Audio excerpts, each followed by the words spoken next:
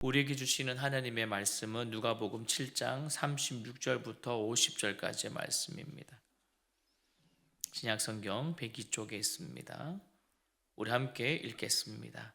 한 바리새인이 예수께 자기와 함께 잡수시기를 청하니 이에 바리새인의 집에 들어가 앉으셨을 때에 그 동네에 죄를 지은 한 여자가 있어 예수께서 바리새인의 집에 앉아 계심을 알고 향유 담은 옥합을 가지고 와서 예수의 뒤로 그 발 곁에 서서 울며 눈물로 그 발을 적시고 자기 머리털로 닦고 그 발에 입 맞추고 향유를 부으니 예수를 청한 바리새인이 그것을 보고 마음에 이르되 이 사람이 만일 선지자라면 자기를 만지는 이 여자가 누구며 어떠한 자 곧 죄인인 줄을 알았으리라 하거늘 예수께서 대답하여 이르시되 시몬아 내가 내게 이를 말이 있다 하시니 그가 이르되 선생님 말씀하소서 이르시되 빚 주는 사람에게 빚진 자가 둘이 있어 하나는 500데나리온을 졌고 하나는 50데나리온을 졌는데 갚을 것이 없으므로 둘 다 탕감하여 주었으니 둘 중에 누가 그를 더 사랑하겠느냐 시몬이 대답하여 이르되 내 생각에는 많이 탕감함을 받은 자니이다.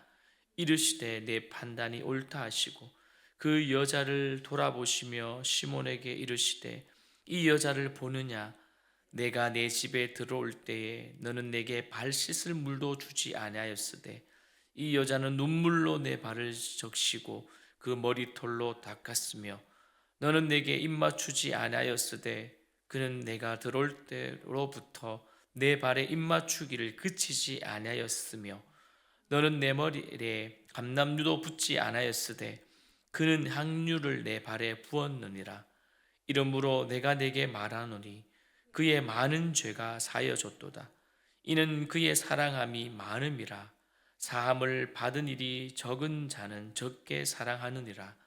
이 여자에게 이르시되 내 죄 사함을 받았느니라 하시니 함께 앉아 있는 자들이 속으로 말하되 이가 누구기에 죄도 사는가 하더라.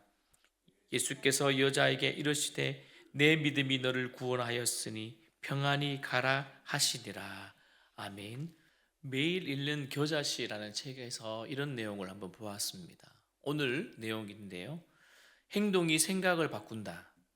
한 여성이 여러분 정신과 의사를 찾아가서요. 남편과 이혼하기 전에 최대의 상처를 안겨주고 싶다고 말했습니다.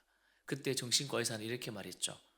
한 달 동안 증오의 감정을 좀 숨기고 남편에게 정성을 다해서 최대의 서비스를 해주십시오.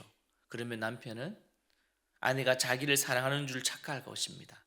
그때 바로 매몰차게 단절하면 남편은 최대한의 상처를 입을 것입니다.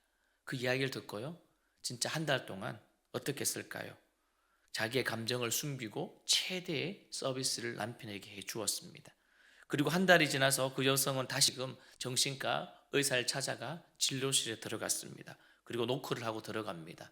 선생님 시키는 대로 다 하셨나요? 라고 묻는 그 대답에 그 아내는 그럼요 라고 대답합니다. 그러면 이제 준비할, 즉 이혼을 준비할 그것이 다 되었냐라고 물어볼 때에 그 여인은 좀 다른 대답을 합니다. 예? 제가 왜 남편하고 이혼합니까? 저는 지금 남편을 진정으로 사랑하게 되었습니다. 이렇게 얘기를 합니다. 여러분 어떤 의미인지 아시죠? 제 남편은 물론 저도 사랑합니다.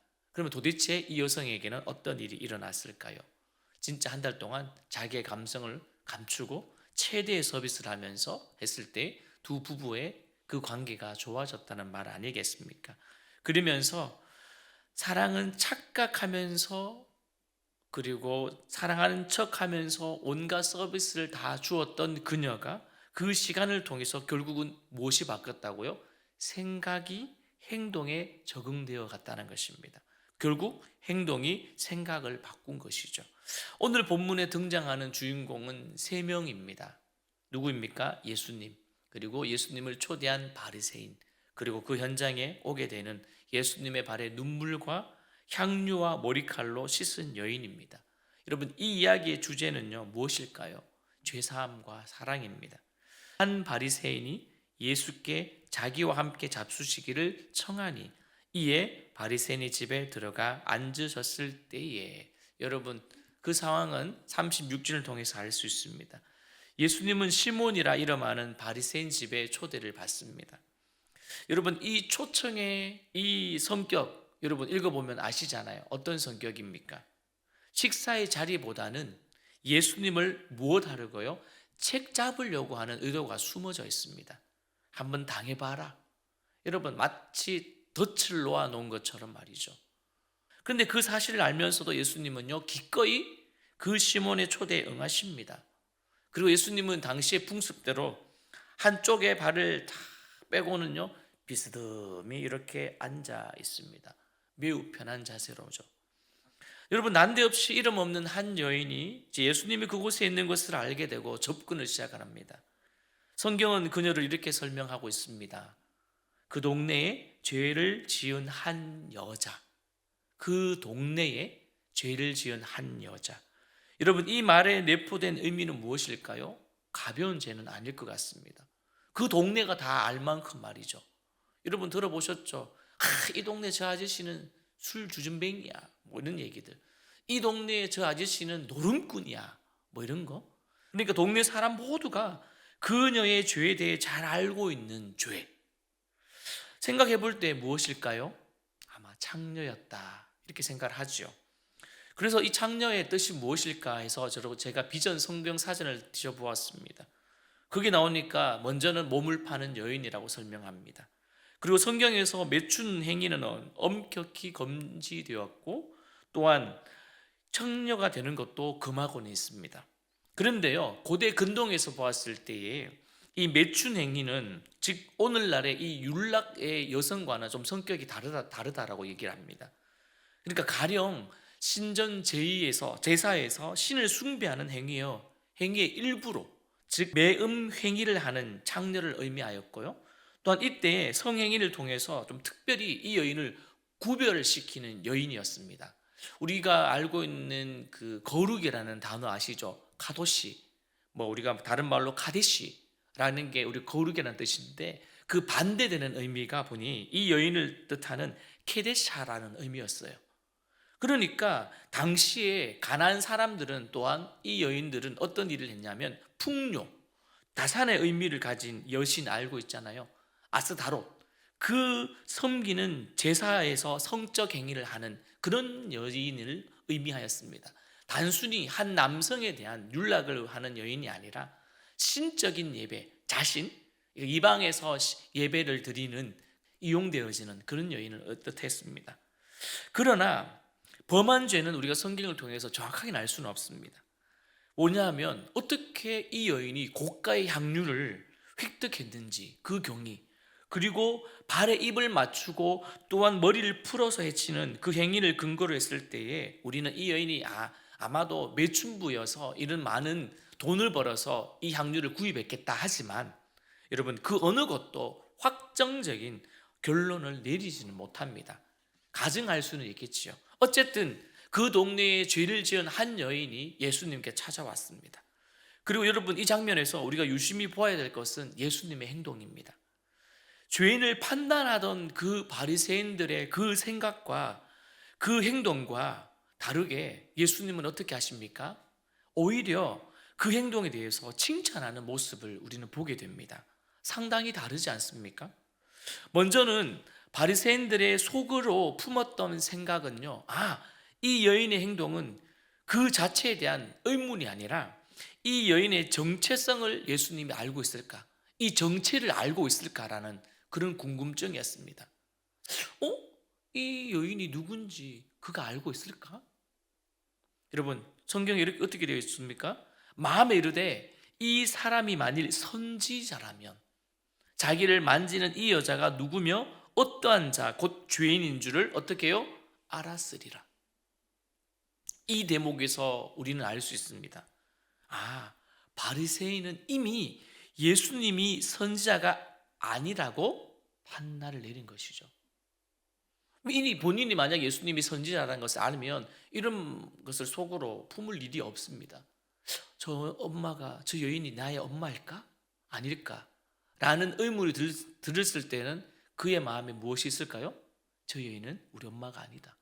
뭐 그런 거 아니겠습니까? 하지만 바리새인과는 달리요, 독자에게 오늘 누가는요, 예수님이 메시아 되심을 여러분 이 장면을 통해서 더욱 명백하게 우리에게 알려주고 있습니다. 보십시오. 예수님은요, 시몬이라고 하는 이 바리새인의 이름을 부르면서 가르침을 시작하십니다. 어떤 가르침입니까? 빚진 자의 비유를 통해서 용서받은 만큼 감사할 수 있음을 가르쳐 주십니다. 여기서 예수님은 용서받는 죄의 크기와 그리고 하나님에 대한 사랑의 크기가 비례한다라고 하는 그 주장에 대한 논증을 오늘 두 빚진 자의 비유를 통해서 제시하시죠. 뭐 그 내용을 여러분 아시니까 듣지 않으셔도 될 것 같고요. 그런데 이 비유에는요, 놀랍게도 역사적인 그리고 문학적인 특수성을 완전히 배제하고 정말 보편적인 적용을 통해서 그에게 알려주고 계십니다. 그러나 누구나 들어도 이해할 만한 내용이죠. 그리고는 이 비유를 들은 바리새인의 대답을 여러분 들어보십시오. 43절입니다. 같이 읽습니다. 시작. 시몬이 대답하여 이르되 내 생각에는 많이 탕감받은 자니이다. 맞지요? 그도 어떻게 말합니까? 여러분 상식적인 답변이 그도 하고 있습니다. 그런데요, 예수님의 답변도 한번 들어보십시오. 그래, 내 판단이 어떻다고요? 옳다라 하십니다. 옳다. 그러면서 예수님은 시몬에게 상식적인 행동에 관해서 다시 언급합니다. 첫째, 손님 대접의 기본적인 발을 씻을 물은 너는 주지 않았다. 둘째, 유대인들의 기본 인사법인 무엇을 하지 않았다고요? 입맞춤을 하지 않았다. 세 번째는요, 값산입니다. 값비싼이 아니라 값산 그 감람류조차도 너는 내게 부어주지 않았다. 그러나 여인은 이와 대조적인 행동을 했다. 첫째 무엇입니까? 진정한 참회의 눈물로 나에게 발을 씻어주고 그리고 머리카락으로 닦아주었다. 둘째, 예수님의 발등에 연신 사랑의 입맞춤을 퍼부었다. 그리고 세 번째는요, 값비싼입니다. 헌신의 향유옥합을 주님께 드렸다. 여러분, 그리고 결론적인 말씀으로 정리하십니다. 47절 말씀 보십시오. 이러므로 내가 내게 말하노니 그의 많은 죄가 어떻게 해요? 사여졌도다. 이는 그의 사랑함이 많음이라. 사함을 받은 일이 적은 자는 어떻게 해요? 적게 사랑하느니라. 아멘. 여러분, 우리는 어떠합니까? 하나님께 많은 사랑을 받은 자 아닙니까? 개인마다 다를 수 있습니다. 여기에 계시는 분들이 또 개인마다 저도 다를 수 있습니다. 그리고 그 사랑은 결국은 하나님께 표현하게 되어지겠죠. 여러분, 사도 바울의 고백 아시잖아요.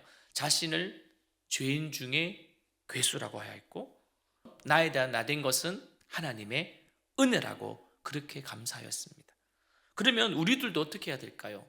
감사의 표현을 해야 합니다. 그리고요, 하나님의 은혜를 기억한다면요, 날마다 우리는 감사해야 될 줄 믿습니다. 내일로 미루지 마십시오. 오늘 감사할 것이 있다면 하십시오. 작은 것이라도 하십시오. 그리고 즉각 감사하며 살아가는 그런 우리들이 되어지길 바랍니다.